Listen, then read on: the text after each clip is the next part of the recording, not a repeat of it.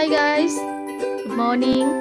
তো আজকে সংক্রান্তি, চৈত্র সংক্রান্তি। তো আমি ভাবলাম যে বছরের ফার্স্টটা যেমন মায়ের আশীর্বাদ নিয়ে স্টার্ট করা হয়, তো শেষটাও অবশ্যই সেটাই হোক। তো আমি আজকে মন্দিরে যাব, কালী মন্দিরে।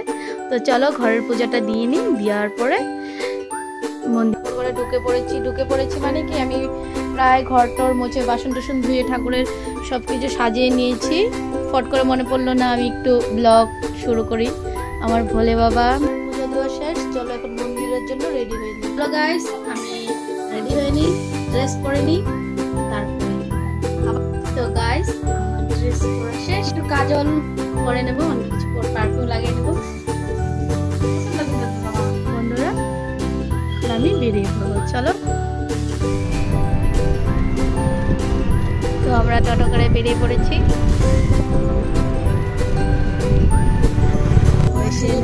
মন্দিরে তো চলো এখন ঢুকে পড়ি। তারপর পুজো সেরে নিয়েছিলাম, আমাদের তখন পুজো হয়ে গিয়েছে।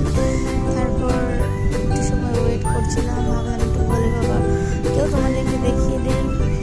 যেতে গেলে প্রণাম টনাম করে বেরিয়ে এখান থেকে বেরিয়ে মার মন্দিরে চলে গিয়েছিলাম। তারপরে অনেকটা সময় বসতে হলো, যেহেতু শনিবার ছিল, মানুষ আসতেই ছিল। তারপরে প্রসাদ সবাইকে বিতরণ করলাম। তারপরে ভাবলাম মায়ের সাথে একটু আমিও ক্যাপচার হয়নি। তো চলো টাটা, আমার মিনি